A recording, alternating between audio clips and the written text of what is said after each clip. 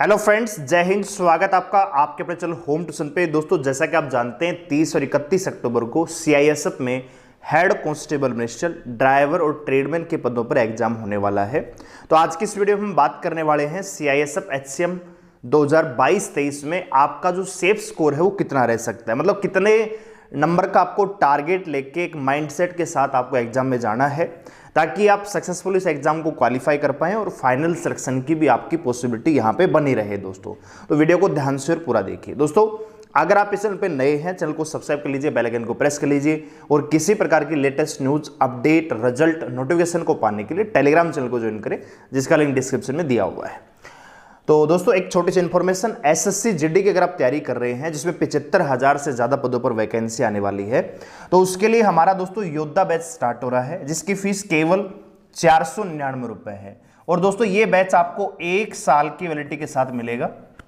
Live batch रहेगा दोस्तों, live class आपको मिलेंगी, पीडीएफ नोट्स मिलेंगे, मॉक टेस्ट हर संडे आपको ऑनलाइन मॉक टेस्ट मिलेगा, एक्सपर्ट फैकल्टी रहेगी और डाउट सेशन भी हम लेके आएंगे। तो अगर आप में से कोई बच्चा जीडी की तैयारी करना चाहता है तो आप हमारी एप्लीकेशन को डाउनलोड करें, लिंक डिस्क्रिप्शन में है, और जाके आप इसको ज्वाइन कर सकते हैं योद्धा बैच को केवल 499 रुपए में।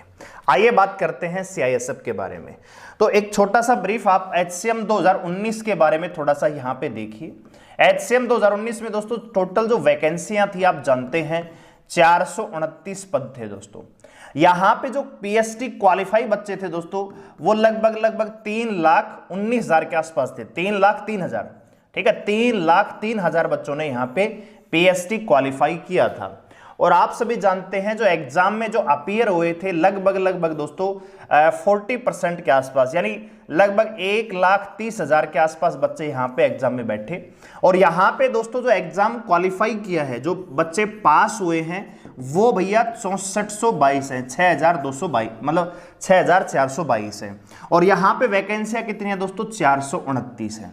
ठीक है, ये एग्जाम 2019 का है, 2019 में वैकेंसी आई, फिजिकल भी 2019 में हुआ, लेकिन इसका एग्जाम थोड़ा डिले हुआ। ठीक है, अब आप इसकी कट ऑफ देख लीजिए थोड़ा सा, है ना। ये फाइनल कट ऑफ नहीं है दोस्तों, ये केवल रिटन एग्जाम क्वालिफाई हुआ है, अभी टाइपिंग होगा।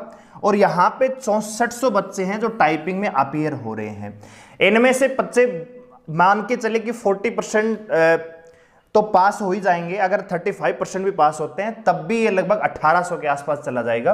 वैकेंसियां 429 ही हैं, यानी फाइनल जो कट ऑफ रहेगी वो इससे भी थोड़ी सी ज्यादा ही जाएगी दोस्तों। तो यहां पे थोड़ा नजर डालिए आप। और ये दोस्तों आपका नॉर्मलाइजेशन स्कोर है, यानी नॉर्मलाइज होने के बाद। ठीक है, तो जर्नल कैटेगरी में मेल के लिए 79 पे एक कट ऑफ लगी है, फीमेल की 76 पे है। और यहां पे कितने बच्चे पास हुए हैं वो भी यहां पे डाटा दिया हुआ है, मेल फीमेल का। इसी प्रकार ओबीसी की भी जर्नल के बराबर ही गई है 79, और ओबीसी फीमेल की भी जर्नल के बराबर गई है 76। ठीक है, इसी प्रकार एससी कैटेगरी की 76 यहां पे कट ऑफ लगी है, फीमेल की 72 लगी है दोस्तों। और यहां पे एसटी की जो कट ऑफ लगी है 71 और फीमेल की 65।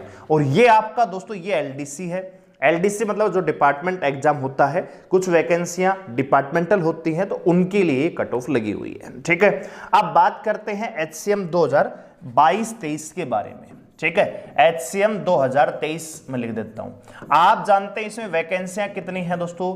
540। और यहां पे जो कैंडिडेट हैं लगभग दोस्तों 3,24,000 के आसपास है, मेरे को जहां तक ध्यान है 3,24,000 या 3,25,000 के आसपास है। ठीक है, तो यहां पे भी अगर मैं बात करूं कि कितने बच्चे यहां पे एग्जाम पास करेंगे, तो लगभग 12 गुना आप मान के चलिए, तो 12 पंजे 60 और 12 चौक 48 या 13 पंजे लगभग 6600 के आसपास ही बच्चे यहां भी पास होंगे रिटर्न एग्जाम में दोस्तों। ठीक है, तो देखा जाए तो वैकेंसियां कोई बहुत ज्यादा नहीं है 2019 से। ठीक है, लेकिन कैंडिडेट उतने ही पास यहां पे होने हैं दोस्तों। लेवल की अगर मैं बात करूं, पेपर का जो लेवल रहेगा बिल्कुल इजी टू मॉडरेट आएगा। इजी टू मॉडरेट का मतलब यह है कि अगर मैं किसी भी सब्जेक्ट की बात करूं 25 क्वेश्चन आने वाले हैं, तो 20 क्वेश्चन ऐसे मिलेंगे जो आप इनको कर सकते हो बिल्कुल आसानी से, और 5 क्वेश्चन आपको थोड़ा सा टाइम टेकिंग लगेंगे, विशेषकर मैथ में दोस्तों। ठीक है, तो कहने का मतलब यह है कि जो पेपर का लेवल है वो आपका एचसीएम 2019 फायरमैन के जैसा ही रहने वाला है। ठीक है, कैंडिडेट हैं वो उतने ही हैं, वैकेंसियां भी उतनी ही हैं।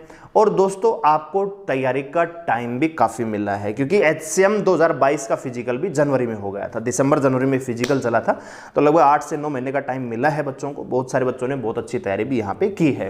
अब बात करते हैं सेफ स्कोर की। देखिए दोस्तों, एक चीज़ है कि भैया एक तो आपको रिटन एग्जाम पास करना हो या फिर आपको फाइनल सिलेक्शन लेना हो। तो यहाँ पे मैं बात करूँगा फाइनल सिलेक्शन की, क्योंकि रिटन एग्जाम, अब ये बच्चे जो हैं 79 नंबर पे कट ऑफ पे जर्नल वाला बच्चा पास हो गया, लेकिन जिस बच्चे के मान लीजिए 80 नंबर है या 79 नंबर है, वो पास तो हो गया, लेकिन क्या वो फाइनल में जा पाएगा?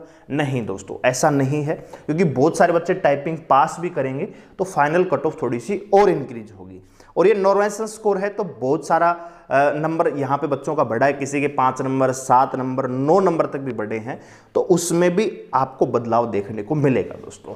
तो कहने का मतलब ये है कि जो HCM 2023 की अगर मैं बात करूं यहाँ पे सेफ स्कोर की, तो भैया आप ये मान के चलिए कि अगर आप जर्नल कैटेगरी में हैं तो आपको 85 प्लस का तो टारगेट रखना ही चाहिए, ठीक है। और एक और चीज मैं आपको बताना चाहूंगा, HCM 2019 में जो नॉर्मलाइजेशन स्कोर हुआ था उसमें बहुत सारे बच्चे ऐसे हैं जिनका एग्जाम में उनका रो स्कोर मान लीजिए कह रहा है कि जी 83 है और नॉर्मलाइजेशन से घट के भैया 73 हो गया।